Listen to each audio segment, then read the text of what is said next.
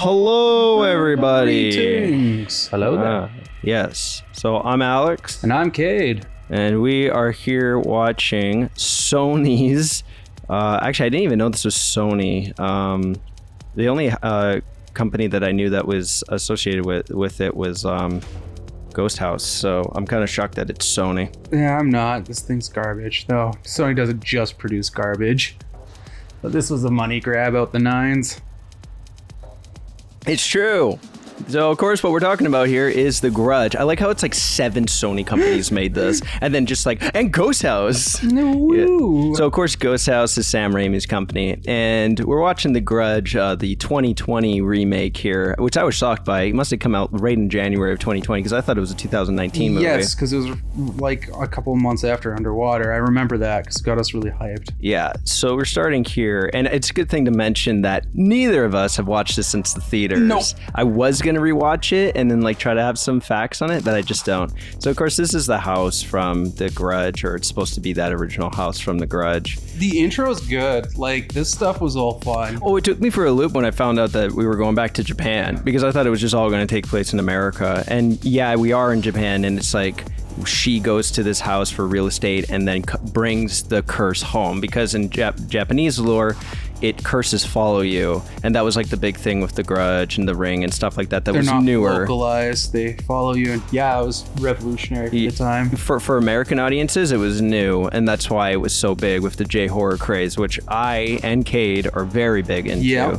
I love this stuff, man. Yeah, I recently been on a huge J-horror fix, watching a bunch of stuff I've never even heard of, so I haven't even rewatched. The last time we watched Ju-on was when we were getting ready to go see this. We were hyped for it. Yeah, so of course the garbage is breathing here, which is I don't know. I like how on the subtitles it's just like death rattle. It's not like bad. Like the biggest reason why I was actually excited to see this movie, and I mentioned it in one of our commentaries, is that with Ghost House doing it, Sam Raimi had just recently produced some more intense horror movies with like Evil Dead and Don't Breathe, directed by the same guy, but still. You look at this movie, it's got that kind of hazel look to it with those dark tones like Don't Breathe or Evil Dead. So I was like, okay, that's a statement. They're really bringing it. They're going to make this a really violent, really gross, intense movie. And they just didn't. No, the biggest problem is the start is good for the build up. It builds and builds, and all the payoffs and basically red herrings they set up don't happen. And it's really disappointing because of that. And turns really boring and cliche. Yeah, the script sucks. So here you go. It's just like when somebody dies, there's a curse or whatever. I remember I liked this opening credits. I believe I liked it, at least from what I can remember. I think just the fact that there is a bit of an opening credits here, because the Grudge has a nice little opening credits as well. It's very subtle, but like it's just kind of like you see the hair and stuff like that. And I like this. Like it's like, yes, I was all pumped. This is gonna be a good movie. We were hyping for this. Yeah, and it just isn't. They forget their characters even exist in this movie.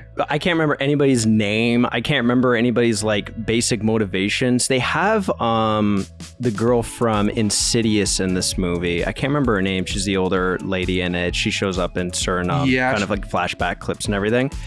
And she's just completely underutilized in it. She just sucks. Yeah, her payoff doesn't even make sense either. Yeah. Now that I'm thinking about that too. It's like something to do with like her husband and her, and then she goes in like a mental institution, just like kills herself. And it's just like, wow, how terrifying. And they like pump the gore effects up in that, but I was just like, I don't want it to be gory. I want it to be like heart pounding intense every 5 seconds. Scary. Like when it gets that conclusion, it should just be nonstop. I was totally okay if they were gonna do like a hour-long build-up, and then the next hour, the last 30 minutes was just going to be looking to be, and then just didn't. Exactly. One thing I just want to mention here is this actress here is actually a really great actress. Shame she's in this movie. She was in the Brendan Cronenberg film Possessor. I believe that's her. I'm going to say it is. I might be wrong. It looks just like her. I think I'd have to look it up again. I can't remember off the top of my head. I'm pretty sure that's her. But yeah, she's really great in Possessor. So she's got like big eyes. She kind of looks like an alien, but that's not an insult. I'm not trying to insult her. What I'm trying to say, she has this unique beauty to her. If I met her, I would I'd ask her out. She might be. Fair. Also, she likes those weirder movies. So I mean, I'm okay with that. Open to that. Yeah. Okay, all right. It's too bad she, has really been cast in this movie. It's unfortunate. It's a shame that everybody got cast in this movie. It's a shame that it was like ill-fated, because I have a suspicion that Sam Raimi was just like, let's make The Grudge again. Bonkers Grudge. Yeah, but make it intense. Let's go crazy with it. I would have loved, actually, this is crazy, but if Sam Raimi did direct this movie, I bet it would have been almost exactly what I would have wanted. I mean, like, he's goofy and silly and everything like that, but like that intensity to it is something that I was really looking for. And I was hoping that as a producer, he would have demanded it more, you know, so yeah. But at the same time, you don't know how involved Sam was with it. Was it Sam more involved, or was it Rob Tabbert more involved, or was it Sony that was more involved? You know, like, who was it? Because Sam also produced the original Grudge. Like, the Ghost House also was the 2004 Grudge. So you would think that he would be like, if I'm coming back to it, I want to do it a bit more in my vision and control. Yeah, you would think that. The exact opposite of like what we did before, because with the original Grudge, Ju-on, you have Ju-on, which is the original Japanese one, and then they got the same director back to do the Grudge, and it's basically like a shot-for-shot remake. It's all the same jump scares, all the same scares are about the exact same, which, I mean, I'm not shocked by. It's not like people haven't made movies like that before and they've turned out well. Like Funny Games is one that they did the same thing and it turned out well, just for more of an American audience, make it English or whatever. Westernizing it. Yeah. And yeah, that's the thing. It's just like, I was like, okay, this will be cool. This will be interesting. And he's going to bring some new spins to it. But if you go back and watch this one in comparison to The Grudge, like that one's got stuff that's in it that's way more shocking. And in this one, it's just like, look at this violent, like you mentioned, look at this violent car melting person or person that's died in this car. And it's just like a pile of gobbledygook. And it's not even nearly as intense as that scene when Sam Raimi's brother Ted Raimi is in his like I don't know, I believe he's in like an office building and he sees the ghost. And that was like a crap your pants moment. Yeah, that was like a gross out moment because her jaw's gone, and that's set up as well. There's like a lot of setups in that movie where it's like they open the thing, there's a dead body in there, and like whose jaw is that? And then like an hour later, there it is. Which they do with it. Well, they try to do that and then they fail miserably. Yeah, they try to do it. So it's such a shame. Yeah, so like here you go. Here's a scene. It's like, oh my God, look at that charred body. And this was a good sign. Like I was like, she's a detective. We're going to get this craziness. It's going to be like Seven meets The Grudge, and it's just going to end off on this bonkers ending that's going to be just so violent. It just isn't that at all. It's such a shame. All of it builds up to the great, well, truly, we expected it to be this great house sequence. And I mean, obviously we're going to see it in a little bit here. And then it just doesn't deliver. And it's infuriating because that is like the hour mark there too, I think. And then the last 30 minutes we were expecting just high octane.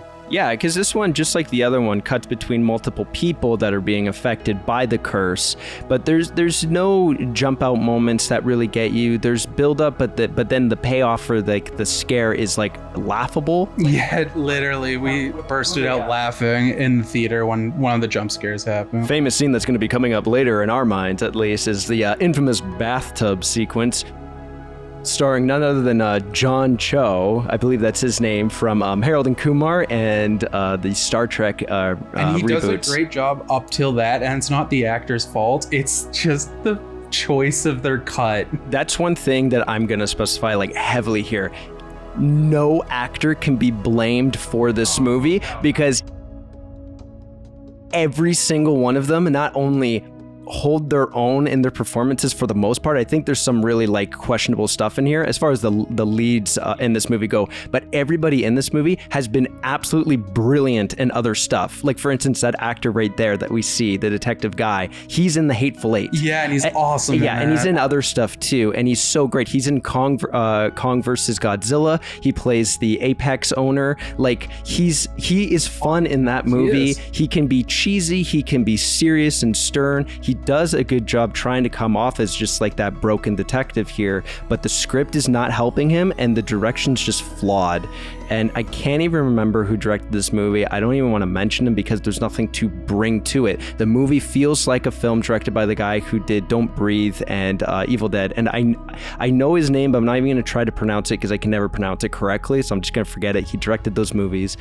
He just got announced that he's directing a new thing, which I'm like ecstatic about. What in the goddamn name was it? Oh no, it was just announced that he's been attached to it, and I can't fucking remember it. He got attached to do The Girl in the Spider's Web. That was the kind of like next chapter in the Girl with the Dragon Tattoo stuff. There was like the new book. They abandoned the Daniel Craig stuff and went to that. He did that one. That movie's not terrible. It's not great. It's not terrible, but I wasn't expecting it to be as good as the Girl with the Dragon Tattoo because that's David Fincher shit. I would say it's also a hard thing to follow up because the movie was really well done. That David Fincher one is like better than the original one in my opinion. Yeah, no, I agree on that. And it's just like, and that's nothing against the original one. The original one's really great in its own like as well, but David Fincher just basically came in and just like ironed out any ripples in it, and I do like the ending because the ending's a little different in the Girl with the Dragon Tattoo remake more than the original ending. He kind of like took elements from The Girl Who Played with Fire and then kind of like played that in there, and then it has a really somber, dark, sad ending that is perfect for the tone. Yes, exactly. It's very fitting. So here we get the introduction of our main kind of spook house here. I like the look of this house. It feels just like Don't Breathe or something. It feels like it's just filmed in like it's like a suburban neighborhood that's been abandoned. Yes. That's what it feels like. It just feels like this gross suburban neighborhood. America has an alarmingly large amount of. It's because if you take away the white picket fence and really reveal the true terror of suburban neighborhoods, they are disgusting. Yeah. If you want to know some examples of movies to watch to solidify that, American Beauty, and then Donnie Darko, and then the last one, of course, is Blue Velvet, David Lynch's movie. If you are wanting to live in a suburban neighborhood, watch those films and maybe you'll think twice. I actually really like that's another thing I'll give credit. A lot of the sets and stuff do look really good and atmospheric for this movie. The look is good. It looks like those movies that the guy has done. It looks like the movies that Ghost House was putting out. Yeah. The only thing that I don't like about it is just like the entire execution of the narrative. Yep. It's just like the script writing's atrocious. Yeah. It's my biggest gripe. And then they just don't pay off with anything as a result. And then at one point, did we miss it? But she goes, "Oh yeah, I have a son." Oh yeah, that is one thing that I'll mention. I forgot about this. The son is just forgotten about for like an hour in this movie, I swear. Like she just all of a sudden, it's just like, where are you? You need to go grab your son. To the point where she calls herself and I was like, "I have a son."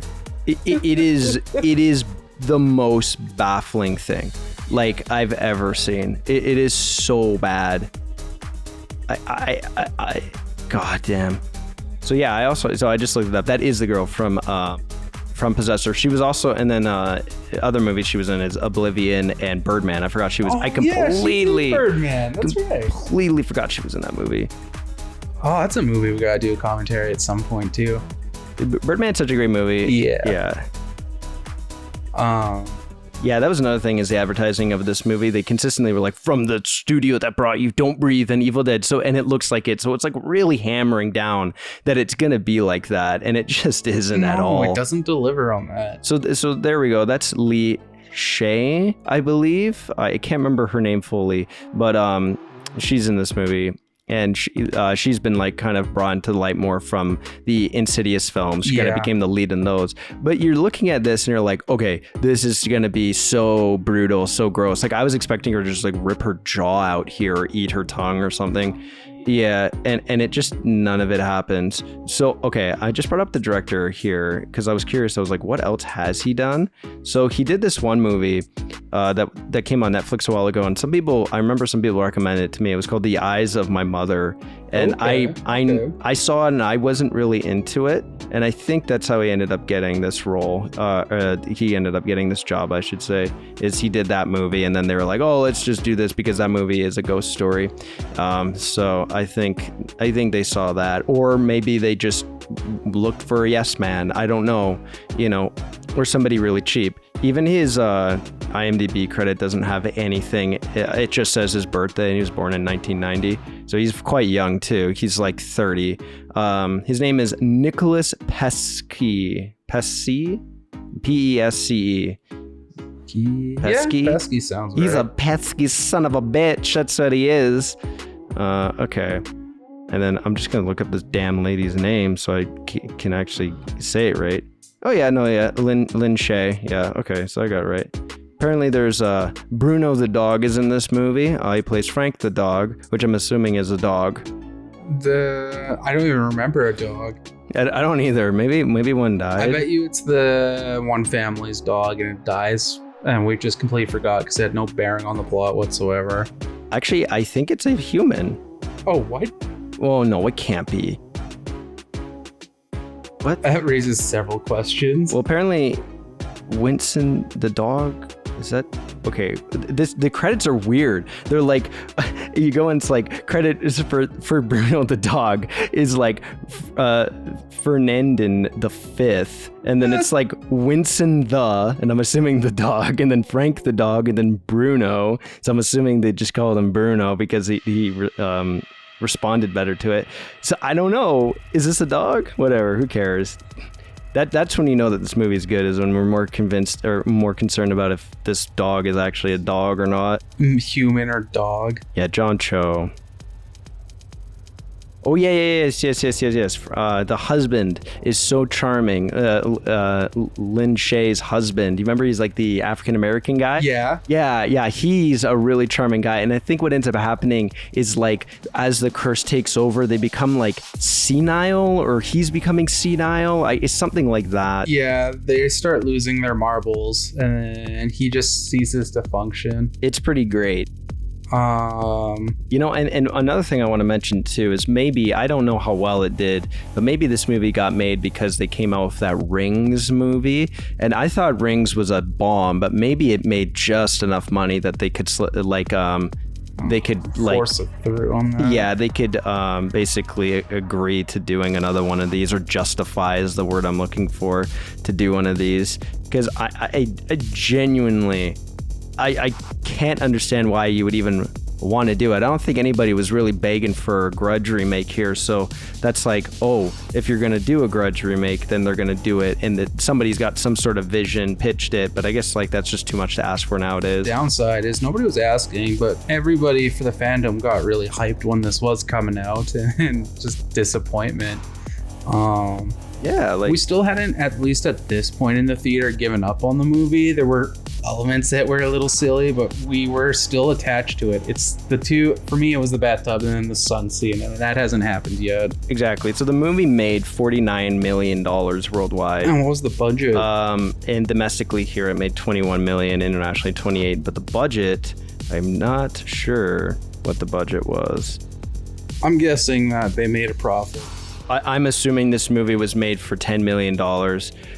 Just like how I looked it up, and Child's Play, the remake, made its money back with more. Because you got to take, let's say it's $10 million plus the marketing, it's $20 million movie. The Child's Play remake made like 30 something million. So they actually made an additional 10 million, which if you think about it, is just enough for them to go out and make another fucking one. So, or something, you know what I mean? You don't have to market it that much, you know? Fuck's sakes. Yeah, it's really annoying, especially when you get good classics like that and then nobody follows up to it. Like I said, I believe that one's coming back. So I know the original Grudge remake was made for $10 million. So yeah, here you go. So the Grudge, roughly around $10 to $14 million is what they say the budget. Yeah, so let's just times that by 2. So let's just at the highest say 28 million. They actually made almost double that. Yeah. So, no, they killed it. Yeah, it's such a shame. Yeah, like this whole sequence too. Like, what is the kid doing? Drives me freaking nuts, man. I do really like the detective arc on this. I don't know. Alex is dealing with ghosts in real life. I'm so sorry about that sound, but I'll probably just cut it out. Okay. Nah. Yeah, no. The house. Yeah, so basically, I believe with them, it's just like this house has had murders in it, and everything's linked to it or whatever. I don't know how much of this we're just restating because there's so little to actually kind of mention about it. The only reason why I was curious about talking about is because I want to do a review on Ju-on and The Grudge, and they'll probably be smushed together. This one I have nothing to talk about, but I might as well just talking about really. Might as well just shove it out there. So yeah, there's our introduction to John Cho, and by introduction I mean a picture leading to introduction. Yeah, which was the best arc that got other than the old couple with Letdown. This movie does have a great scene in it. That was like basically what I thought the whole movie was going to be, and it just came back to me when I saw her, but you remember the whole baby crazy kitchen scene? Where we thought he was going to kill the kid and set everything on fire, and then it hard cuts to him in the bathtub dead. Yes, and it's just like, for fuck's sakes. That's where this build up, like, we hadn't given up on the movie yet. This was where we were really just starting to get into it until she goes, I have a kid. And then this family stuff keeps playing, and it builds up to this should be iconic moment. You know what I thought this movie was going to play off a lot like, actually, when it started? Condemned Criminal Origins. All right. I was like, actually, like, with its tone and everything, I was just like, you got these ghosts, and the first Condemned, and the second one, they have this kind of weird, like, almost fantastical element to them where it feels like you're on drugs. You know? Yeah. And it, like, you remember the villain, like, kind of just showing up out of nowhere, and then you have all these weird fucked up visions and stuff, and you're a detective in that game. So I was just like, okay, it's gonna be like that. This is a good shot here, actually, and not so much just with the camera angles, but the lighting of it. I like the rain and the darkness in the car. It really reminds me, because I'm from British Columbia, it really reminds me of what it is like driving in British Columbia with just that overcast rain. I think the lighting is really good. I really like the somber tone to it. Yeah. It's such a shame. The lighting is good in this movie. The presentation of it looks good. And then it's just like everything that's going to build upon that's really going to sell your movie, just or kind of make more, not so much sell it, but make your audience stay with it and then talk about it later, is just not there. It's stupid because they put it's got foundations. That's the infuriating part. Is this all has foundations, and then they just ramshackle the finish on it. I know, it's so annoying. So yeah, John Cho plays a real estate agent. He's in charge of trying to sell this house or whatever the fuck. I think what's happening is somebody bought the house and he's trying to like get the people out or something. Yeah, like something along those lines. I can't remember. Yeah. And then he watches them go crazy, which is their arc, and then he also gets cursed as a result. Exactly. So and that's what it's all, that's what the Grudge is. That's true to its nature. The Grudge is like that. It's an infection, you know. And then you go back to like the original story of it, and this one doesn't change the original story of it. That's why it takes that. That's why it shows off of it. I like it. Yeah, for that reason. That's why it shows Tokyo at the beginning. It's like that. It just got brought back to America, just like in the other one. I got no. In the Sarah Michelle Gellar one, she's in Japan, but then I think she does come to America halfway through. And then the plot twist being it follows her. Yeah, exactly. So yeah, here you go. That really reminds me of Evil Dead, like or something out of Don't Breathe. Just like, look how gross and dingy it is. Yeah, and it makes you just want to throw up. Is death rattle like an actual term? Because here it is that we see in the subtitle, it says death rattle. And we heard it as well, or they said it as well in The Chilling. That is an English expression. I can't remember. I mean, death rattle. I'm going to rattle ominously of your death, I guess. I'm going to rattle upon your death body. The car's still here. Literal definition for it, because I actually like the etymology of these things. It'll be interesting to figure it out.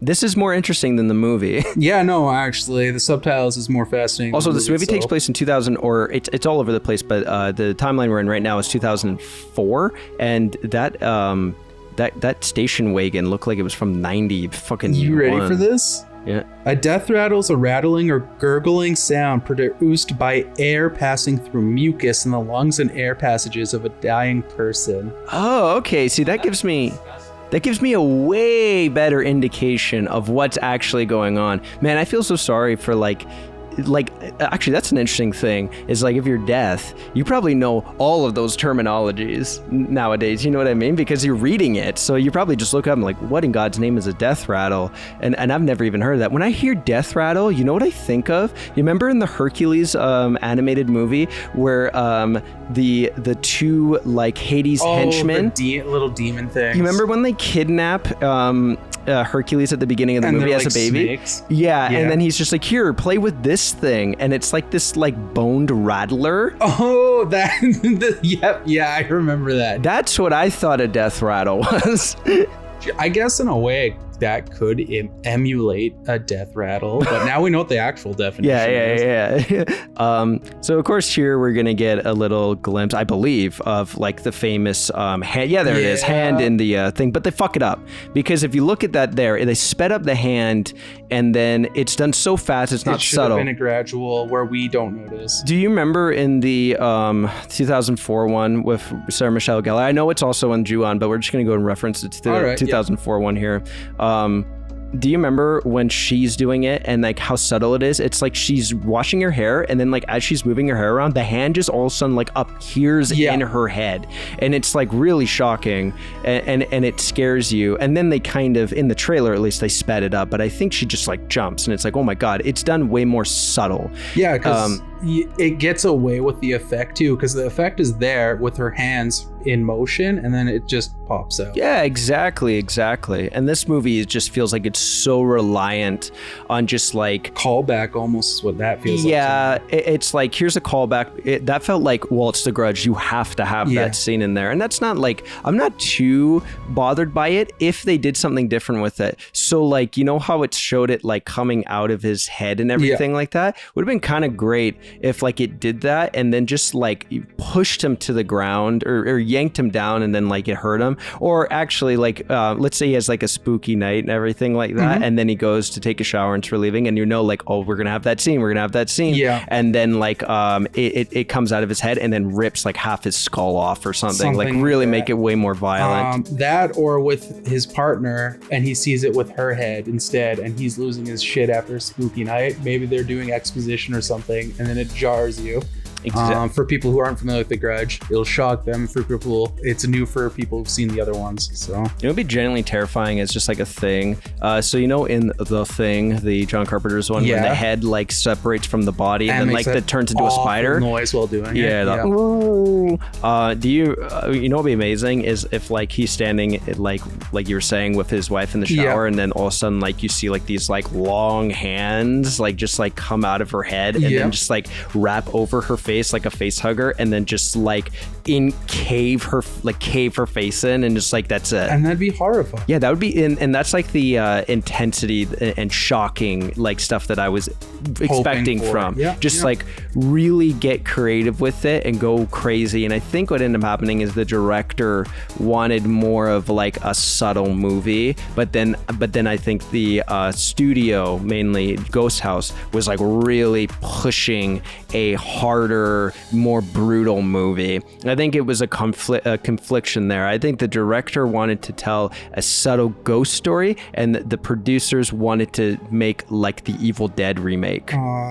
Yeah. Which is a shame, because in that state, in that moment, the producers are right. The director is wrong. Yeah. Because we don't need another Grudge ghost story. If you really like, because look at Sam, he's been with it ever since 2004, right? You had the original Ju-on, they made a sequel to that. Then you had 3 Grudge American movies. There was no need for them to go down that path again to make another scary ghost film. You know, there's just no need for it. So that actress there is like, I believe her name is Jackie Weaver. She's like an Oscar-nominated actress. I can't remember if that's her name or not. But yeah, that's who she is. And it's just funny that too much bearing other than a cameo, really. Basically just in the movie for a couple minutes. I was thinking, sorry, I went quiet there. To redo that scene, have the head thing with her face, and then have him die. If they really wanted him dying in the bathtub, have him die there, and immediately she's cursed, and then have something with the baby, something just horrific with the baby, how it kills her. Yeah, exactly. And that's another thing too, is the ghosts in this movie don't even hold a candle to the original ones. Like this little girl's probably supposed to be, or I believe she's a substitute for the cat lady or not the cat lady, sorry, the cat kid, Yeah. and like that cat kid, the subtleties that they play with him, where he's just like holding his leg, sitting in a fetal position, completely pale skin in his underwear, and then he just turns, looks, and then he makes a cat's meow, and then like he just opens his mouth and it's like, "Meow." Like that's way scarier than like whatever the hell they're trying to do with this little They could have girl. used a Grudge baby. That would have been great. And then anything, you know, like that's another thing too, is like they always go for like, she's that actress there, that little girl, she's probably like what, I don't know, 8, 9. Yeah. But like if you go into doing like a toddler, like original Pet Cemetery, Yeah. where it adds like this other level to it that becomes really like horrible and sad, like this horrible, this awful thing is happening to such an innocent thing, such an innocent kid, that like how can there be a God? Like how can anything allow this to happen? It's so awful. It's such an abominable thing. I remember laughing at that part where all the blood was just like pouring out her mouth. That was funny. What's up with that 14? What was up with that 14 address? Those numbers were all swayed up and weird.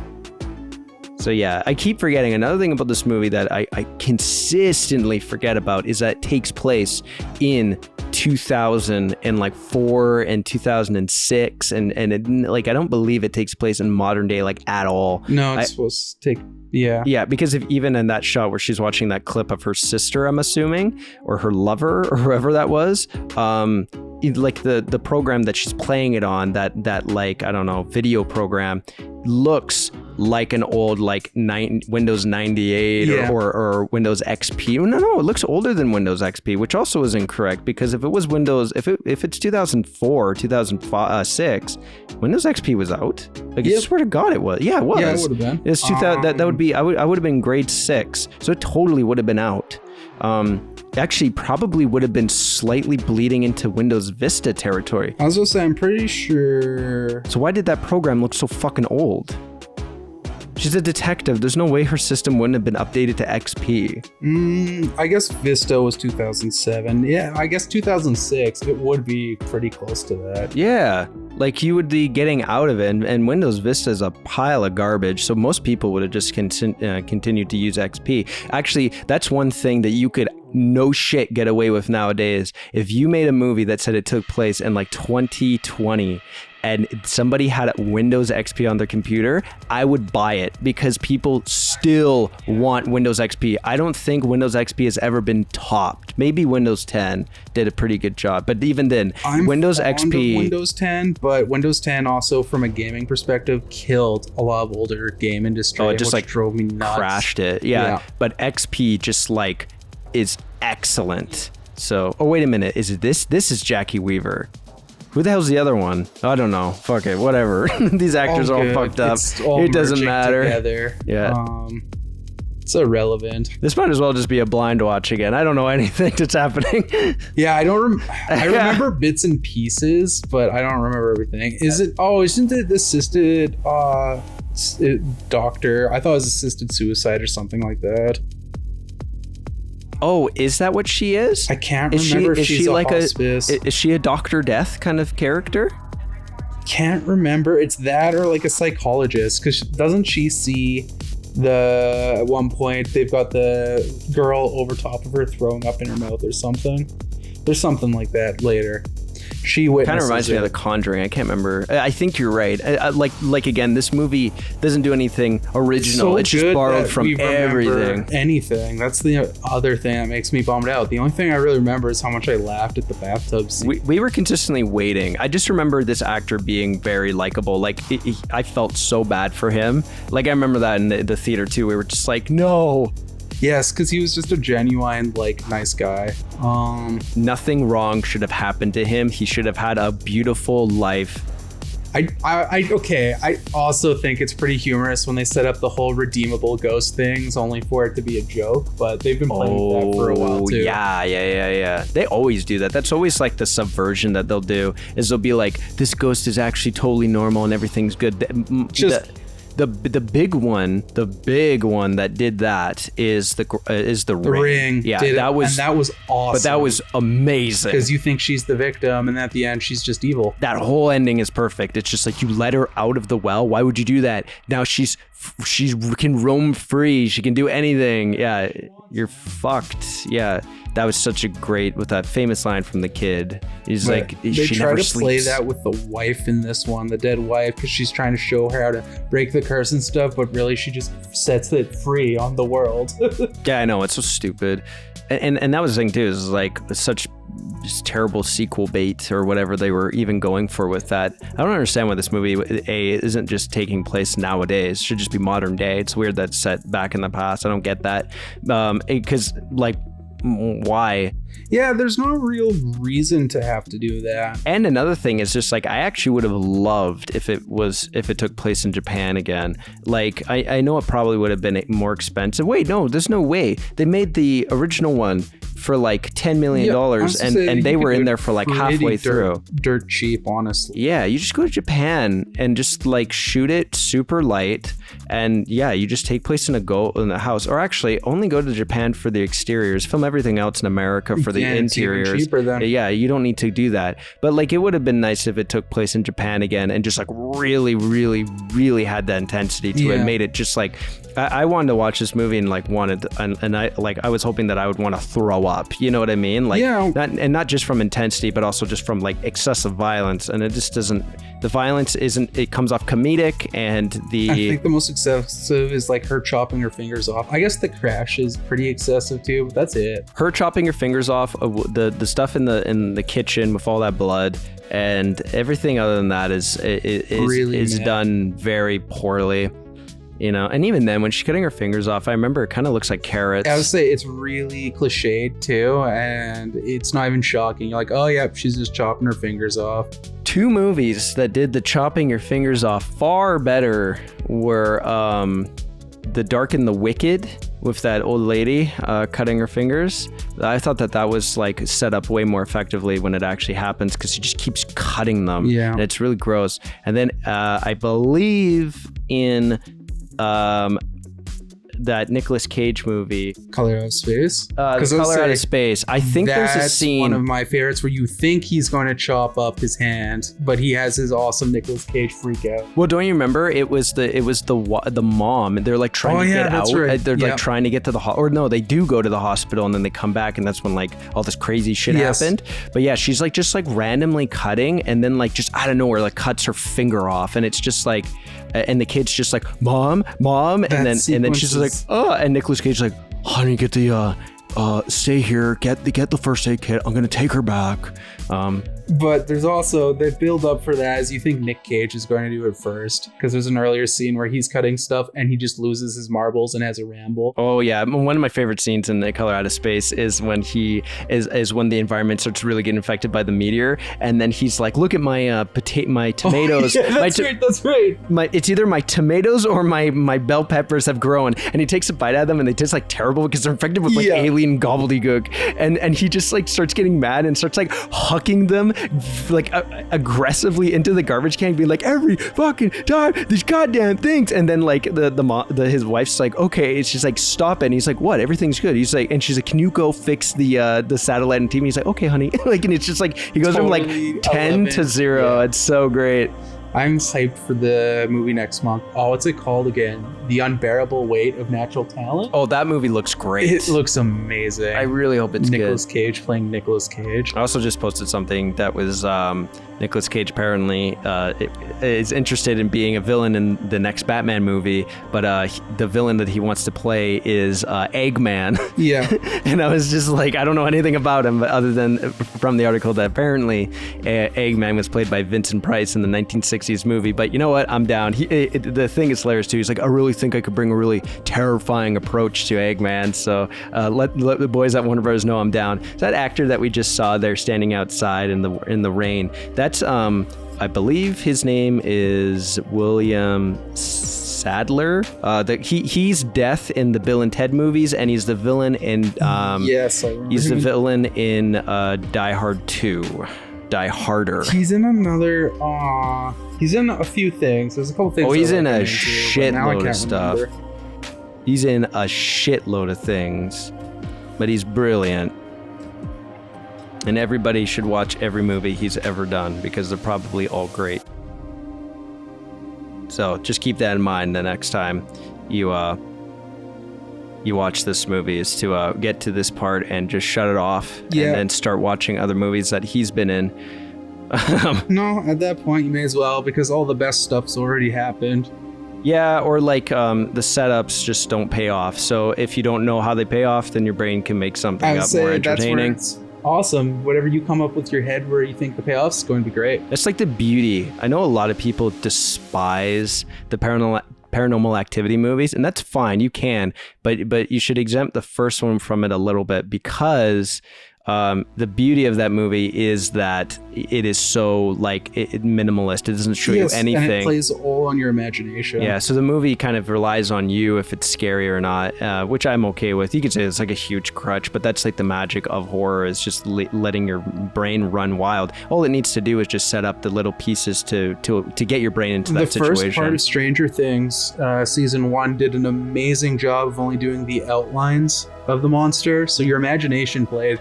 I was petrified of whatever it was, because my imagination played. It was way scarier in my head than when we actually saw it. So there was another scene right there. William Sadler, or whatever his name is, Death from Bill and Ted. He just shot himself, and instead for shooting himself in the brain, he shot himself in the mouth, which no cop would ever do. Like, they would know, like, not to do that. But anyway, so he shot himself in the mouth, and that's just another example of, like, clearly somebody wanted it to be a brutal, violent movie. You know what I mean? And then you get cut to this shit. Two forces just and then you get stuck with shit like this, where it's just like her sitting there reading papers, people sitting at chairs, people sitting around, and like talking on phones. Slowly, you remember the scene in the police station where it's like all that tension build up, and he's like slowly walking, and we were all like, "Oh, this is gonna be great! It's gonna be great! It's gonna be great!" And it just like nothing. It doesn't pay off. It just cuts immediately to like another scene. Do you think there was a script revise? Like, now rewatching this with you, I like, it feels like there were two different script writers, and they went back and just freaking toned down everything. I think what happened is that, like, yeah, definitely. I mean, like, even if they only say that there's like one script writer and everything, chances are there's more that just like not credited. It just feels like there's two different scripts conflict. It feels like two different people were making this movie. You just consistently cuts back and forth, and yeah, you can't have it always be just like intense craziness, but when you but like look at how it's filmed in comparison to like how scenes in like the Evil Dead remake or Don't Breathe are filmed. There's always like this intensity to it, whereas in this stuff it's building on the subtlety. It's trying to like build up tension, and then and then you let out, right, with like a scare or something like that. But then the problem is that as he's trying to build tension up, it just like cuts to really violent moments that are essentially that release, but they're not scary, they're just gross. They're just like these like throw out brutal moments. That licking noise should have just had the kid or the old lady there already, just as a good jump. Should have been a whole build up. That scene should have been a whole build up to that detective guy then coming in and blowing his face off in her house. Yeah, that's how you would have done that, other than going from this really violent scene to just her reading files. It's always supposed to be like every scene leads to another thing. Yes. Something always has to be going on. It has to be interconnected, otherwise it's just really jarring. Yeah, and then in those leads is when you fill in your little crazy moments. And this movie is so fucking weird. It just like does that and it doesn't do that. This scene's clearly trying to play on like Silence of the Lambs. So like that's a subtler movie that has some violent moments, but if you really think about it, Silence of the Lambs only has one violent moment in it, and it's when Hannibal Lecter escapes. It's the right violent moment, you know. But this, like, why even bother showing a guy smush his poop on the door? Like, you know what I mean? It's like there's no point to that. It's just gross for the sake of it. Exactly. Yeah. So he's still alive. He's like this crazy man, blew half his face off. Doesn't make any sense. He would have just killed himself completely. So stupid. Yeah. No, there isn't much. Yeah, this is where the movies really loses its footing. Also, speaking of like Hannibal and Silence of the Lambs, he really reminds me of Gary Oldman's. That makeup reminds me of Gary Oldman and Hannibal, where he's got like his whole face is like deformed and everything like that. Hannibal is such an underrated movie. I love Hannibal. The early 2000s Ridley Scott sequel. I think that movie's great. They didn't get Jodie Foster back, but they replaced her with Julianne Moore, and that's just an excellent, like, honestly, it works just as well. It's just a different type of portrayal, and it's a different type of movie, so it works. Yeah, it is. And Anthony Hopkins is just great in it. I love the look of that movie. The score is amazing. Hans Zimmer did a really great job doing this, like, beautiful or classical score to the film. Oh my God, so gorgeous. And I love the poster of it. Hopkins just gets to be an absolute monster, and it's a treat. He gets to just really play, and he does come off a little cheesy in it, but he chews it perfectly. But he owns it. That's what makes if you're going to cheese it, own it, or it's just going to feel really lame. That's a movie that has an excellent balance between gross out shit and playing on subtlety. Yes, because the movie doesn't, it is very sparing with its gross out moments, and when they happen, they're shocking and you're unexpected. Always, so like that movie has more balls than this movie. You remember the beginning with that shootout? There's a baby. She's holding a baby and it gets smothered in her mother's blood, and she's like cleaning the blood off of this baby in like a fucking dirty like market sink. I totally forgot about that. It's brutal. Like, and then you cut to something like this where he's like, my eyes are closed on my eyes. The bees, not the bees. Oh my Jesus. Yeah, and it's like, that's not, I don't find that scary. I don't find it brutal. I don't find it anything. It just looks comedic. To me, at least, it looks comedic. And it was just a hard cut. We didn't get a build up to him. Like, he could have, there could have been something, him scratching his eyes or something. First for that. Is it too much to ask for her to go and see him in a cell, and then he turns around very subtly and he just has no eyes, or he's holding his eyes? Like Event Horizon, but Event Horizon does that stuff perfectly. Event Horizon has great moments like that. Gross out there is perfect. That movie's terrifying. Yeah, that movie's great. And the characters are all smart, and they don't forget their damn kids randomly. Well, the characters are smart, and then some are just annoying. You remember that the African American guy who's just like the comedic relief? He's an idiot in that movie. Okay, there's some characters. I was gonna say the leaders of it are smart, and the problem is the the demonic entity is so brilliant and powerful, it doesn't matter. It makes everything irrelevant. Yeah, it's cool. It's a haunted house movie in space, which I really like. You're right. The freaking comedic relief is a moron in that movie. Yeah. Oh God, no, he's a fucking idiot. That's sad. I'll never forget. I think we have that throwaway joke in our movie rants where Lawrence Fishburne goes in. You just hear Tavog noises. We're leaving.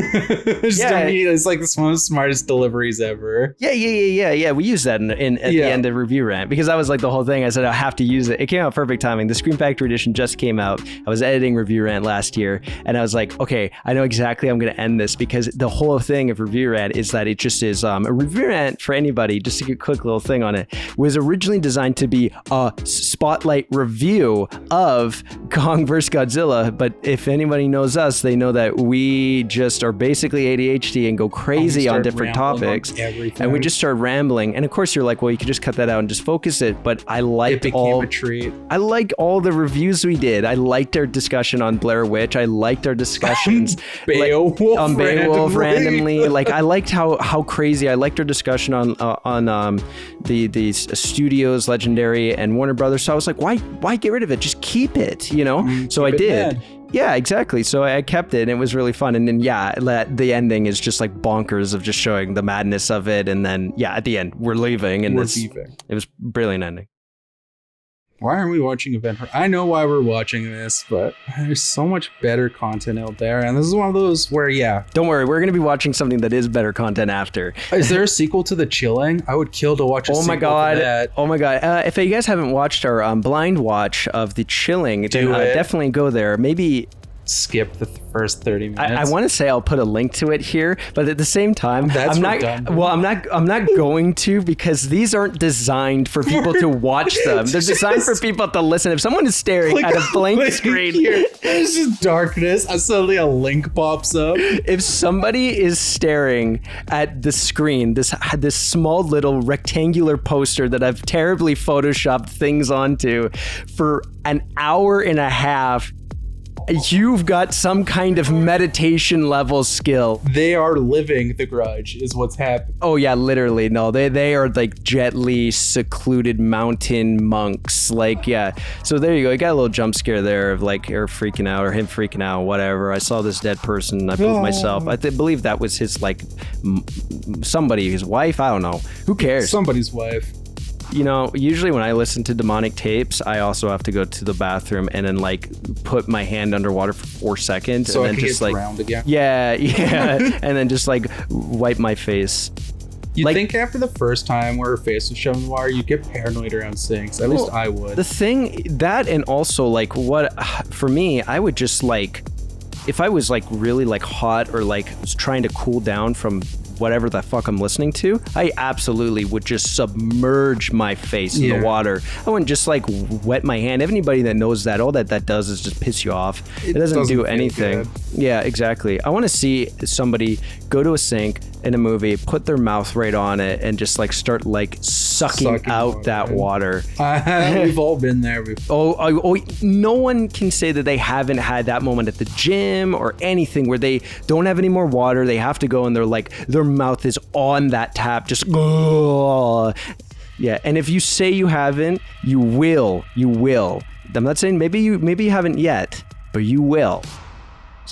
So this is like the scene that we were talking about just a couple minutes ago about like a buildup of tension. This is all set up actually quite well. We're gonna watch the video clips. I saw somebody there, but then nobody. Yeah, there you go. But then somebody else comes out, and it's like, oh, what's going on? That's a ghost. This, that, and the other. Once again, though, this is just paralleled right to the original one with them in the I believe it was the hospital or hotel room or the hotel building where the security guy's looking at the footage, and then that black shadow goes up, and that's like just way fucking creepier and scarier. Like nothing is scarier than that shadow coming into the hallway, coming closer, leaving, and then submerging in front of the camera, and then its eyes open up, and you just have that like subtle like sting. It's so fucking scary. Nailed the atmosphere of offices at night in that movie, so like that was nightmare fuel in of itself. J-horror masters the art of realism. Yes. They all feel so fucking real. Like they feel like they just take place, fly on the wall. We're just watching these people in their basic routines that just happen to be haunted by a ghost. Yeah. They feel like that's really so well. Yeah. Even Takeshi Miike's films like Audition has that feeling to it, and then he cuts into those really big like fantastical Lynchian elements of it where it's like telling the story of that girl and it's all fucked up. I love Audition. It's one of my favorite ones. Everyone talks about The Grudge and Ju-on, Ju-on and The Ring, but definitely Audition. People also talk about Audition, but that one actually holds higher than those ones. I think Audition is so fucking just a nightmare feel. There was no payoff with sorry to sidetrack. There's no payoff with mannequins here, is there? No, they're just there. They're there for creepy. See, and then there you go. There's that. There's just a jump scare. I know we're not watching with sound or anything like that in subtitles, but it's not scary. It's just a sound. Yeah. It's just a buzz. It's not like that scene that I mentioned with the eyes. It's not like that, and it's definitely not the scene where fucking the girl's climbing down the stairs in the body bag or like the wrapped up plastic at the end of The Grudge. That shit is also nightmare fuel. That's the climax of the movie. Well, that's what I was going to say with the mannequin. There's no payoff. Like, imagine how much scary it is, because mannequins are freaky, and then something just crawls out of them. The pile. Like, that is a shipwrecks moment. a shadow figure crawls out from the mannequins would be terrifying. Exactly, and that's the thing, right? That once again, going back to the confliction of like two visions just colliding together, that's set up for a scary moment where the payoff would be something subtle like that. But instead, they say, no, it has to be this violent thing because we need the violence. And it's just like, and you can say like, well, you just said, Hannibal, that like you weren't expecting violence. Yeah, but it all plays in with the movie, the outcomes, everything.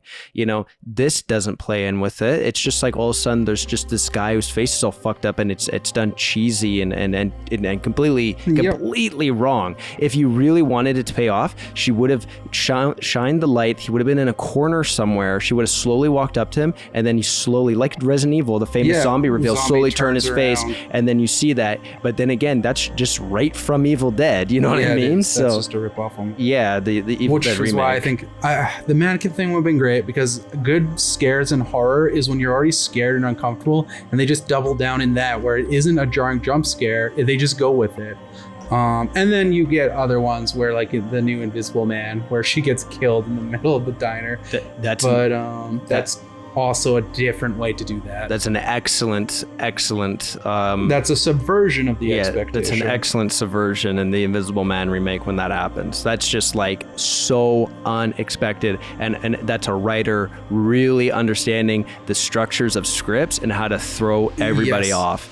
That was excellent. That fucking shit my pants when that happened, and Kade wasn't there. I was actually taking a dump at the time, ironic. Kade would have shit himself if he was literally, because I had to go to the bathroom really bad. I was like, oh, perfect. The exposition scene. I'll be right back. Going back to her forgetting about her son, this is an example of that. I think she just leaves him here. Yes, I think you're correct on that. Like, she couldn't remember a sitter is what they just said a minute ago. She's just there. It's one of those things where it actually feels like the writer being like, oh my God. We need to reintroduce because the child. we're almost an hour into this movie, and that is like the second time we've seen this kid. So if you're going to do that, why even have the kid?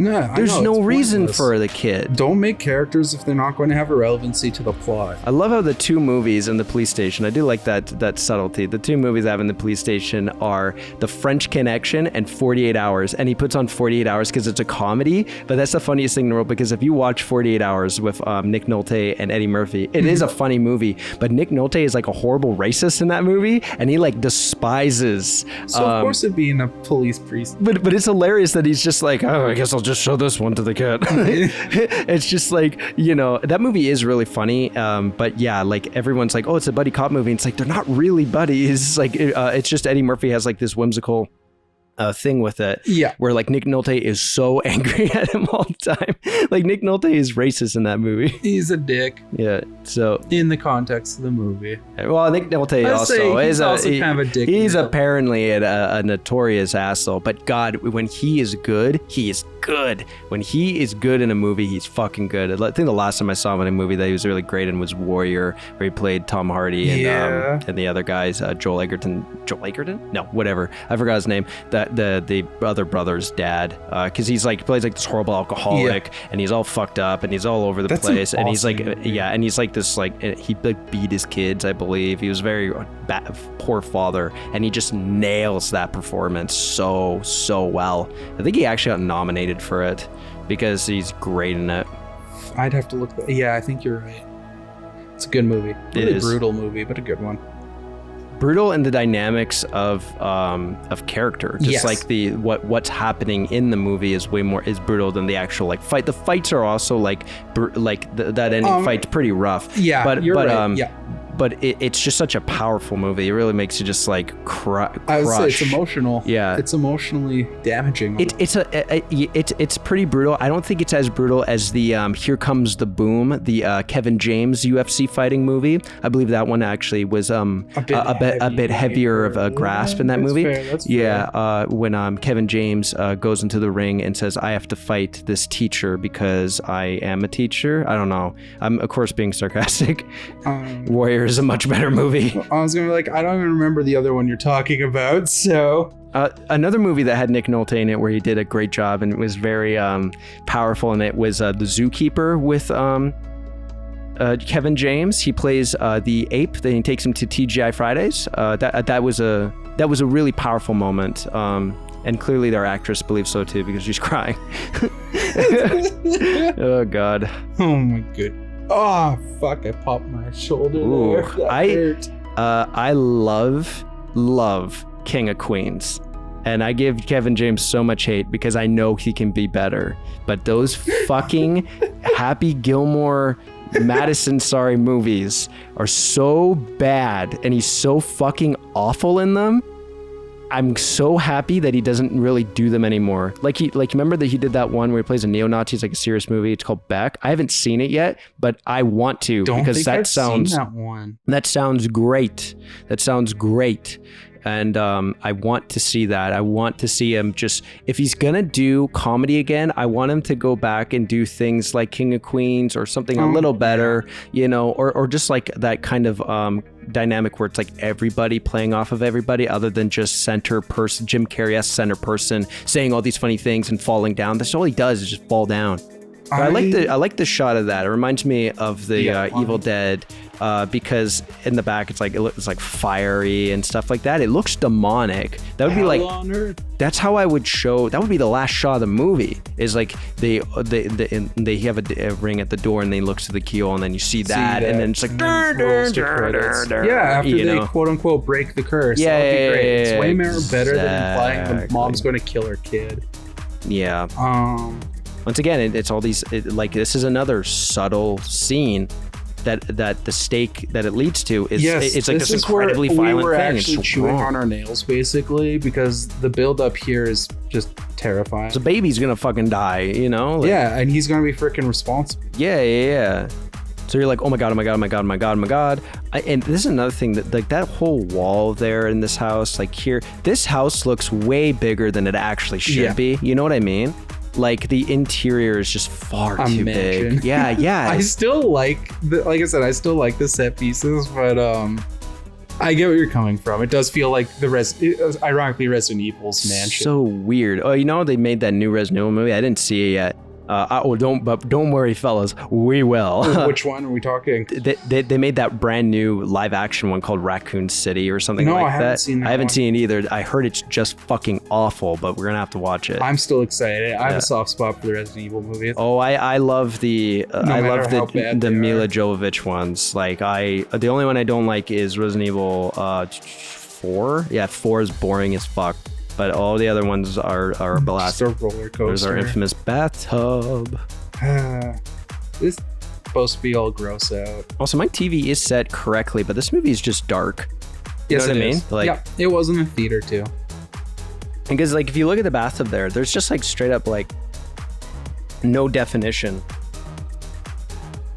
in those colors. No. Not really. Sorry, everybody. I was like trying to swallow like 40 hiccups there. It's okay. Yeah. It was just gross. Like what he's smelling. Well, yeah, that's like another thing. It's like what I would have liked to have seen is maybe, oh fuck, that would have been great. Maybe like you start off the shower sequence with the hair and everything like that. Maybe you start off with somebody like taking a bath, and then you have like the dirty water like forming up and everything, and then it's just like and you shut it off, and then as he's like trying to like clean off all the dirty water, is the one that is when the hand appears. Maybe it could be like as the dirt in his hair is like forming, it forms into this dirty hand, and then something like that, and then he grabs it and then it attacks him, Ash style from Evil Dead 2. I don't know. Okay, all right, that'd be kind of fun. There's so many different ways they could have approached it. It's a shame too because John Chow is a very good actor. He's really funny, and then whenever he gets to be in something that I get excited about, it sucks. Yeah, the Cowboy Bebop show sucks, and this sucks, and it's just like fuck, you know. But you can't. It's not him. It's not his fault. Yeah, it's not his fault. He deserves a break. And they're good choices too. They're good choices even on like an agent. Because you could say, well, his agents is giving him all the wrong stuff. No. These are good choices. The Grudge is a good choice for him to go into something, and so is Cowboy Bebop. It's just the execution of those things are so incorrect. Fucking filmmakers nowadays, it's like they don't get it. It's so baffling. I know, that's why they should go and make their own goddamn stuff rather than keep repeating things on that. It's annoying because they'll be like, oh, let's rehash RoboCop and make it the embodiment of everything the original parodied. Or stuff like that. Or really, really find a guy that loves the content. So Cowboy Bebop's a great example. Yeah. Like, find somebody that won't go into an interview and say he loves the content. No. Loves Cowboy Bebop, really understands it, really has a vision of how to make it. And it doesn't need to be an American. It could be a Japanese man. You know what I mean? So and that's okay. Yeah, it is okay. You know, cough. We should, people who passionate about Dune, for example. Look at that. Yeah, exactly. Look how it pays off. Did you see that? It looks like more so that Robert Pattinson's actually not going to be cast because Austin Butler just kind of like sweeped in there. I'm okay with either or, honestly. I don't know enough. I'm kind of open to either now. Don't know enough about Austin Butler, but he's in Once Upon a Time in Hollywood as one of the Manson guys. Yeah.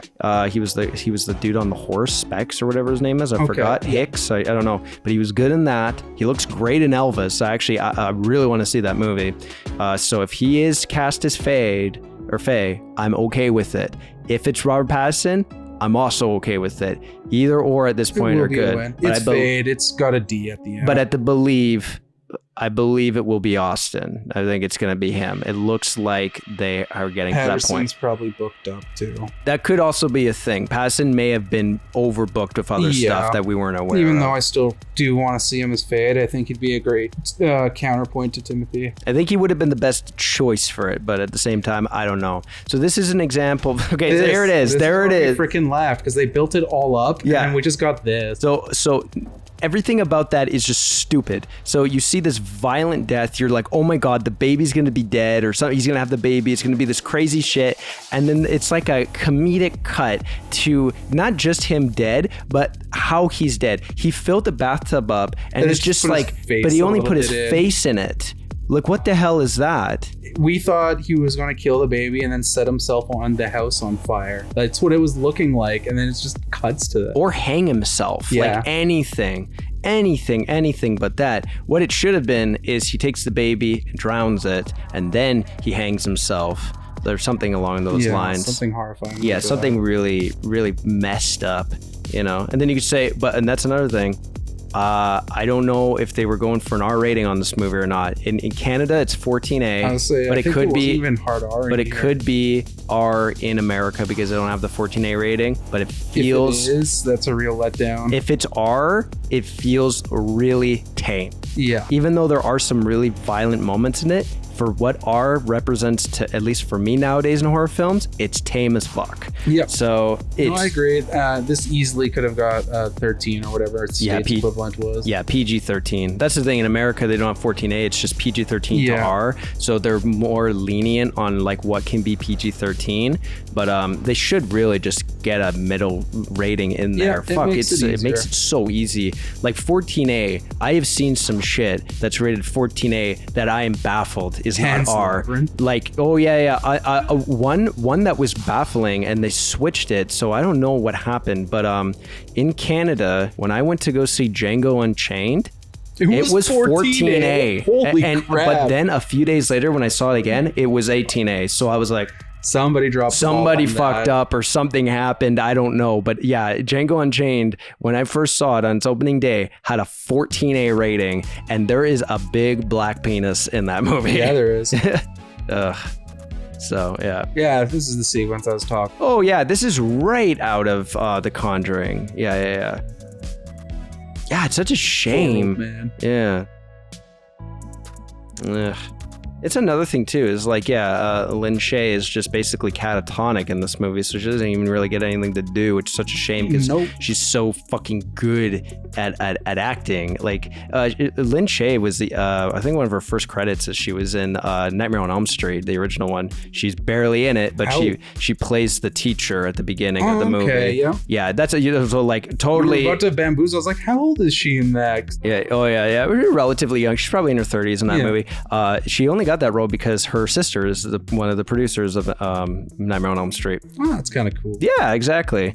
So, but I'm glad that she kind of scurried her way into being in more stuff. I heard they're doing an Insidious 5. I don't know if they're just clean slating it, but they should just bring Lynn back. It should be a sequel to Insidious 2, where it's like she's a ghost with Specs and the other guy going to the jobs and stuff like that. That was a really great setup, and I know that the third one, the fourth one, basically are prequels leading to the events of the first one. But it's like, if you're gonna do a fifth one, just fucking go after 2.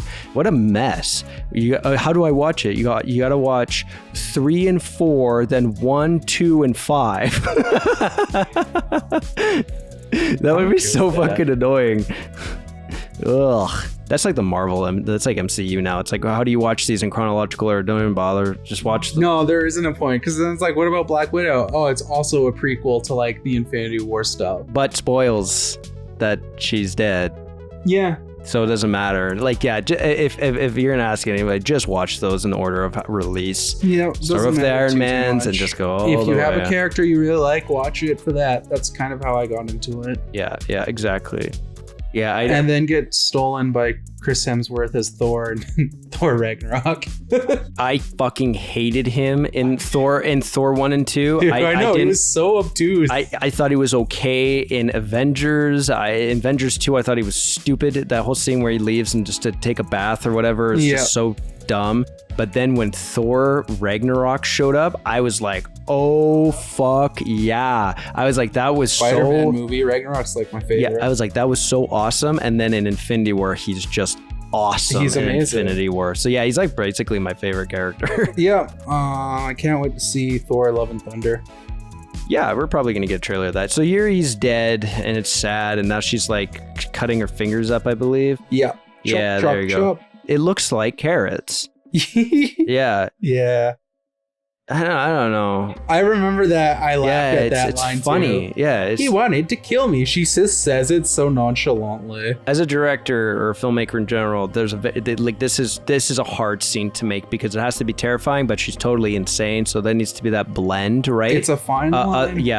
For her, one character to be over the top, and then the other one to be terrified, and then have your audience feel that relatability of being terrified. They can't be laughing, they have to be scared.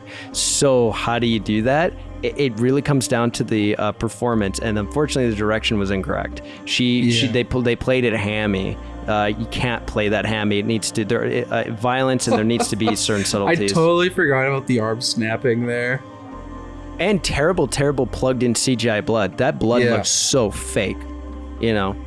So yeah, that's the full-on payoff of like what happened with that car leading to this. Yeah, but if you ask me, it's such a letdown. It is. You get so many questions. Yeah, and you're it's like, oh, man in back scares. Yeah, you're like, oh my god, like what the fuck? Why is this car in the middle of the road? What does it have to do with a haunted house? Like this is gonna be crazy. And then it's just like, oh, she got spooked in the haunted house and they got spooked in her car and crashed. How lame. You think it would be something way better. Somebody trying to murder her. You know what I was actually really hoping for? It would be a kind of like the X-Files, where she would have been like parked in the woods, maybe escaping from something, and then it's like a really scary scene in the woods. You know what I mean? And then she fled and then went back trying to start the car, and that's when she gets caught. Well, that's the thing, yeah. And then she goes in her car and she tries to start it, and then the guy, and it's not just the force of crashing the car. What it is it's a guy that actually or a ghost that just broke every bone in her fucking body because it's so rageful. You know what I mean? It's brutal, you know. And like, I don't know, do you ever get a sense that the ghosts in this are brutal? I don't. I get a sense that they're fucking brutal in the original ones, even though they don't do anything really. They just spook you. Yeah. But when you look at like the deaths and everything, they're fucking graphic, you know? So it's just like, the ghosts feel like they're trolling more so than hateful. Yeah, that's the thing. Yeah, the whole I'm a redeemable ghost. It's like, no, you're supposed to be beings that just hate. Yeah, exactly. The ghosts in this feel like trolls. This movie should have been called The Troll. The Troll. Should have been called Troll 3. It's like, who plays the troll? Oh, the ghosts are the troll. So yeah, Lin Shaye is now in the hospital here, and this is just another... Is this where she just yeets herself? Yeah, this is just another comedic scene where she's just like, morning, and then dies. Yeah. It's so stupid. Great. And there's like there's nobody checking on her. This is the dumbest thing in the world. It's just like, why? She's mentally unstable. No way a hospital would just leave her alone. She would have to be attended. Yeah, exactly. And her. she would actually be cuffed because her husband is a murderer. Was murdered. So she murdered her husband. And she's clearly not sane. And that was, I believe that took place 2 years ago before the dates now, because I think now we're back in 2006. So that would mean that she would not be in a hospital. She would be in a mental asylum. And she would be in that asylum getting regular treatment from being Alzheimer's or whatever she has and everything. But what I'm trying to get at is there's no fucking way she would be allowed to go to a staircase and just dump herself off. I can't speak for American asylums. The ones here in the city, there's no way this would have pulled off. yeah, like that. And that's supposed to be another brutal element, but it's hysterical. Her shoes just fly off. Like, everything about it's funny. That ghost isn't scary. And then the way she explodes, that's just...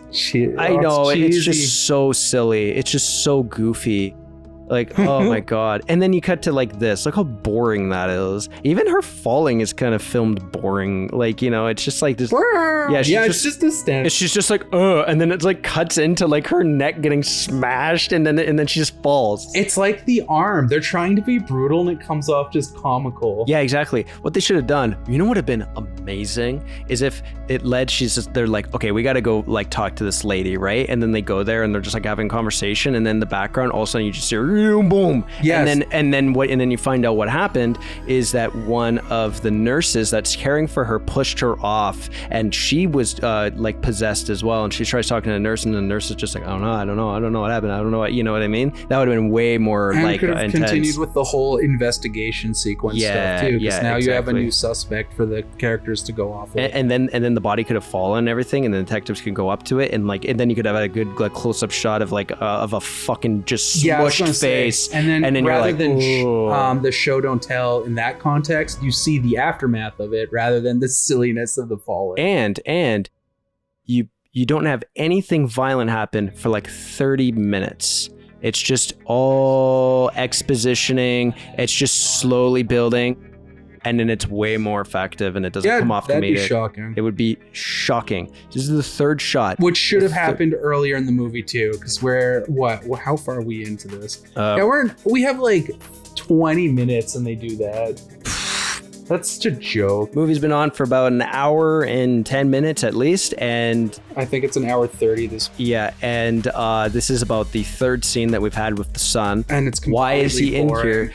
Also, as producers, usually like what you're looking for is like certain characters, if they're pointless or not. So like you ask yourself, like, does this character need to exist, or can he just be morphed into this other character and just have it be like that? So a good example of that is with this kid. Does the kid need to exist, or can that comfort, that relatability of like, I have to look after something, can it just be morphed in with the detective? And then they have like this motherly son bond, and then you just make her be an older lady in comparison to the detective. Yeah. You know what I mean? She's the veteran. And then you do it like that. Obsessive with it. They could mention the kid, and at the end, like maybe she has to go away for investigation in a separate, because that's how they kind of set up anyways, in a separate area.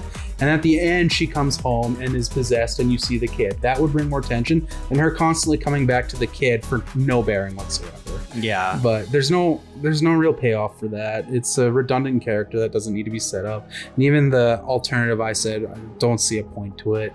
There doesn't need to be a kid in those. Kid's completely pointless. That's a jump scare moment right out of Lights Out. Yep. And once again, playing into what this whole movie's established doesn't work. No, it's frustrating. It's just like, it once again feels like two different movies. I like her little tattoo. I think it's supposed to be a scar, but it looks like a fish's skeleton. What is that? And to go with the theme of every commentary you called me out on last one, but it's true, is they really do need to take pointers from Alien and just have the ghosts in the background occasionally, and then set it up as a jump scare for that. Yeah. Fuck. And to go to my call out, Jordan Peele. is perfect as well, with knowing how to balance stuff that comes off as comical but can be dealt with creepy. Get Out and Don't Breathe have those elements, and Nope is definitely gonna have those elements because the movie's called fucking Nope. But it's perfect. I love it's like these aliens show up and it's just like nope. Yeah, it's like fuck no. I ain't going to investigate that shit. I cannot wait for that movie. Peele has such a great understanding of that, though, because horror and comedy are almost one the same in a lot of ways. It's such a fine line to walk, and he nails it. Setting up horror and setting up comedy have the exact same thing. Yep. Set up, payoff, and you have to beat the audience to the punchline or else it's not going to work. Yeah. We know as an audience, just from her starting to walk around the house, that when there's dark area and she shuts the lights off, chances are there's just going to be some ghost. And we're not scared by the ghost. We're scared by the jump of a loud noise. And that's not being... And it's actually not being scared. It's being irritated. It's being annoyed. It's just reflexes. You jump because something happened. It's so fucking obnoxious. This is a good example of like a shot that could have been used so much better. So the kid could in the morning be like, she could go out, open the door and everything like that. And the kid's like getting up, runs up to her and then just like all of a sudden turns into some demonic ghost. And then she's like, what? And it's like, what's going on? Unexpected, because it's during the day. You don't expect it to happen during the day. Yeah, rather than nighttime. Yeah, exactly. I hate horror movies that so much rely on that. It's a crutch. Look at The Sixth Sense. The Sixth Sense was so creepy, and ghosts show up during the night and during the day in that movie. Haunting of Hill House is also great. There's always ghosts going on. Oh yeah, yeah. There's always crapping yourself. Always stuff.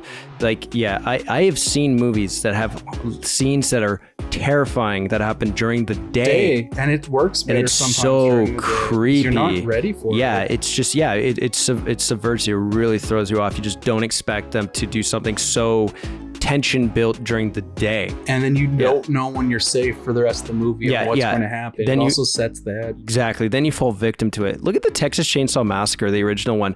Like 90% of that movie is set during the day. Yeah. Then it's the night and she's just running. And then that's it. And then there's the dinner sequence. And then it cuts to morning day. And you have that amazing ending finale where Leatherface is dancing. And something about that is beautiful and fucking horrifying. And it just cuts. You know, that movie is so brilliant. And fucked up. It is. That original 70s Texas Chainsaw Massacre, probably, like, that might be one of my favorite horror movie is Evil Dead 2, but it's all subverted because it's not really a horror movie. I just love that movie. But if I was going to say like a true horror film, Texas Chainsaw Massacre original is a true horror film because it just feels so secluded from every other type of horror movie. It does. So and it unique. Feels real. Like feels anyone like that could happen to anyone. It feels like it was made by that family. Yeah, it does. It's fucked up. You know, as just kind of their glory, what the hell you call it, gore porn or whatever. Yeah, I could see that too. It's a really good movie. yeah, and that's the other thing that, like, you know, that movie's effective is like they wanted to go for a PG rating for that movie, so there's no blood in it. It's just like little sprinkles of blood, and then that's like it. And they cut away from like whenever something really violent's gonna happen, like the hook and stuff like that. You don't see the hook go in, you just see a reaction, but you believe that all those shots are actually in there because the movie is just so effective. It's so hilarious hearing the commentaries on that where they're just like, yeah, but they said the movie was like fucked up and super grotesque and awful, and it got banned in the UK for like years and years and years and years and years. And it's just like, it's funny because it's probably the most tamed bad movie ever, like, or banned movie ever. Like, it really is. It's just the artistry of it, the filmmaking aspect of it is perfect. So now we have our main character going to exactly. We have our main character going to burn down the house, which this is a trope I always hate. I'm gonna burn down the house. Why the fuck do you think that burning down the house is gonna do anything when the ghost is haunting you in your own house? You know what I mean? Doesn't make sense. We have to go to the source of the trolling. issue. It's the why I was ranting about the ghost trolling. Break the curse. Oh, I hate all this stuff. Like this is how all these stuff end up happening, and this and the other. It's like, ugh. And it doesn't not have a bearing entertaining. because it's all a lie anyways. Like the curse is lying to her to trick her. It's stupid. It's stupid is what it is. Which is another thing I kind of don't like. I like the idea of the, like, one thing, the best ghost stories are the ones that are mysteries, that are like the ghost is trying to communicate with you to help Yes. it with something. I like that. But the idea of it doing this makes no sense. For the sake of trolling doesn't work. Like being like, here, help me with this thing. Meanwhile, all these people have died in this house. Like, what? Like, what are you talking about? You know what I mean? Like, it doesn't make any sense. So Yeah, you can't have like a murder house doesn't work as well. your goat, it has to be one or the other. The ghost either has to be a victim or it's the murderer. It can't be both. It can't be a victim and the murderer, because it just gets blurred and fucked up. Yeah. When you're watching a movie like Ring, that's a perfect twist on it. Yeah. Because then you find out that the reason why she is a victim or murdered was because she is just the pure evil, incarnate of evil. She's just like you find that out at the end. It's just like, why did you do that? And it's like, I wanted to do that. It won't stop. It never will stop. It's I so enjoy fucking, what I do. yeah. It's just what I do. It's so creepy. It's so good. And then you have The Changeling, the 1980s George C. Scott film. That's my favorite ghost story. That's the scariest movie I've ever seen. That movie gets under your skin, and not scary as in like I'm jumping every 5 minutes, but like when it's over, it never leaves my mind. I always think about it to this day. I still think about that fucking shit. It's when I'm in a house by myself, I imagine a red ball bouncing down them steps, and then in the corner, and I look at it, I'm like, yeah, nope, I'm out. But in that movie, Carmichael, the ghost, is a victim. He 100%, he's a victim to his father's ego and greed, and he was in there. I'm not going to give too much away from, oh fuck, maybe I just did. Whatever. Spoilers to a movie that came out 50 years ago. It does have those elements into it where there's no blinding of it or no subversion. He is a victim, and you feel bad for him, even though he does end up like going to 11 to try and get get revenge essentially. But you feel for it, like, yeah. And that's another thing, that kid was young as shit, like, maybe less than 7, and he was a cripple, so it's really sad. But all this stuff, I still can feel for whatever broke my legs, died, whatever they're going into right now is stupid. This is completely pointless. She never sleeps. There should have been, I don't know, something more superstitious of them trying to break the curse and it doesn't work than just burning a house down. Yeah. The ghost is just trolling her. It's like, you got me. Like, why? It's not a being of hate. At this point, it would just set her on fire too. That's another thing that I don't like, is like the idea of her actually, like, ghost, like showing the ghost being on fire. I just don't get that. Like, it's not a... Well, in this context, the ghost killing her that way would be kind of dope, but... But I mean, like, literally seeing a ghost set on fire? Like, the fuck is that? Like... no, it's silliness. It's all silly. When you don't have something like banishment happening, there's no reason the ghost would also be on. Look how bad that CGI looks. Yeah, it's pretty rough. Like, and that's the thing is, like, I've seen some excellent fire effects and like CGI fire effects, and that's just like that was miniature if you're going super to go cheap. Super rough. Oh yeah. Why not? You could, with $10 million. Oh my God, you could spend $30,000 and make like a fucking 6-foot miniature and burn it to the ground, and then just that would look great. Yeah, and then just retro, like, whatever, cut her into it. You know what I mean? Retrospect her into it. Like, what the fuck? I know, it's just cash burning. People aren't efficient with that. Rear view projection, essentially her in it. Yeah. You're ranting about that before. You can do it. I mean, sometimes it can look bad, sometimes it can look fucking great, So there's so many tricks in the book that you could do. And I bet you $10, it probably was cheaper than hiring all those people to make that house catch on fire via visual effects. I'm going to say hiring that many people to work on it to make it look good, not what we saw there, to make a burning house with those shots look that good would probably cost somewhere around the hundreds of thousands of dollars range, maybe even $1 million, depending on how long they fucking spent on it. It could be super expensive, you know, because you want many people working on it for countless hours, thousands of hours, you know what I mean? Really doing it a good job. Exactly. Yeah. Other than just having maybe 5 really talented people, part of the production design crew, go in, make this whole house that's 6 feet big, and then light it on fire. Which would work just as well. Exactly. The first option, to pay more people for the sake of it, I would respect, but to make something visually, if you need to do it cheaper and better, the alternative. Also, look at this here, what we're looking at right here. So with the credits rolling on this, with no sound whatsoever, this actually looks like the beginning of a 1960s sitcom. Yeah, I was gonna say it looks like that. Looks like All in the Family. Come and knock on our door. Even Malcolm in the Middle vibes. Yeah, like it's so weird. But the movie is over now. Yeah. And it's a piece of shit. And I still don't remember anything that happened in the movie, and I just watched it. That's the thing. So like this movie is like horribly planned, terrible. It's not good. We did a commentary on it just so we could just get out of the way, because I knew at one point in our lives it absolutely would come back. Okay, music by the Noon Brothers. That's weird. I believe they've done music for like other things, kind of like a synth, but more like synth. But yeah, I don't know. Like this movie just sucks. Yep. Ideas of a foundation, but improper execution is what I would say is its biggest hindrance. The idea, William Sadler, that was his name. Anyway, the idea of having a remake of a ghost, like a subtle ghost film, remaking it into something completely different, where now the tone is very brutal, violent, and aggressive, is something I still would want to see. To this day, if they said, next year we're getting another Grudge movie, but it was going to be true to that, I would actually be excited for it. I probably would be too, because I was ready for this movie and I'd be ready for that. Exactly. So you just gotta fully own it and deliver. Yeah, exactly. And it's like we should have known right off the bat, like for this the style and tone that we were really like hoping for.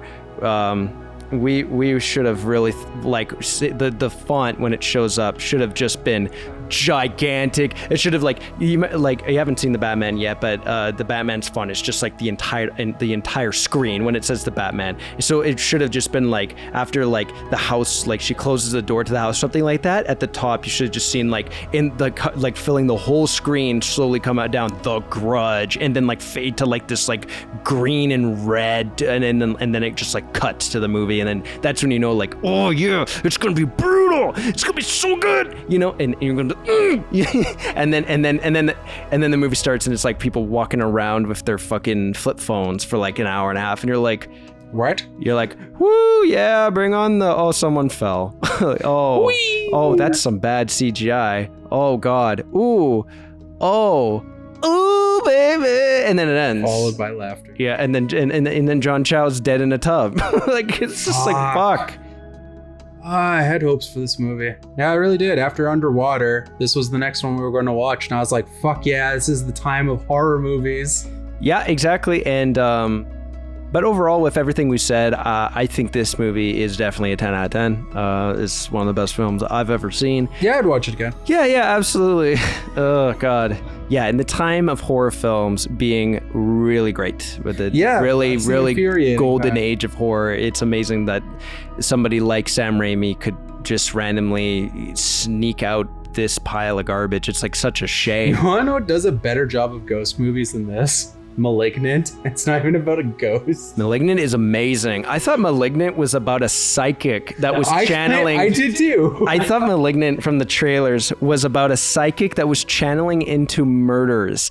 And then when you watch it, it's about a woman that's channeling into murders. And then the twist is amazing. It is amazing. It is like, I don't understand the hate. Well, I kind of do. Channeling into a woman into murder. When you watch the movie, it starts and you're like, this is bad. Like literally, like you're like, this is bad. Like it feels so narrating everything that you're seeing, but it kind of works beautifully for the setup. It feels so hammy and cheesy and terrible. Like you're just like, what the fuck? But then as the movie continues on and you have all these different like clashing tones, it's like, oh, it's so aware of itself. It knows it's crazy and it's just a blast. It is one of those movies that is like an entertainment movie. I can watch Malignant over and over and over and over. Manitoba, this film was shot in Manitoba for the tax credit. Huh. Well then. Well, what's that horse one? International Brotherhood of Teamsters. That is one of the union organizations for driving. Oh. So they probably hauled all their stuff around. I never knew that. Well, everybody, we're done. This was released by Screen Gen, Sony, 500 Sony things. Goodbye.